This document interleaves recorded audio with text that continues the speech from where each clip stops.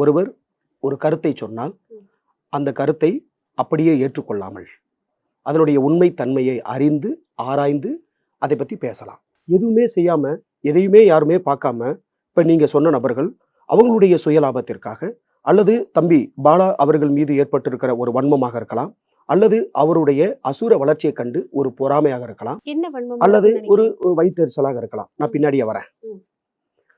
இந்த பாலாவோட தம்பி, அந்த தம்பியை எனக்கு யாருன்னு தெரியாது. நான் இத்தனை வருஷமாக சினிமாவில் இருக்கேன், எவ்வளவோ பெரிய ஆளுமைகளோடு நான் பயணப்பட்டிருக்கேன், வேலை செஞ்சுருக்கேன். பெரிய பெரிய இயக்குநர்களாக இருக்கட்டும், நடிகர் விஜய் சேதுபதி முதற்கொண்டு அண்ணன் சிவகார்த்திகேயன் முதற்கொண்டு நான் பழகியிருக்கிறேன், அவர்களோடு பணிபுரிஞ்சிருக்கிறேன்.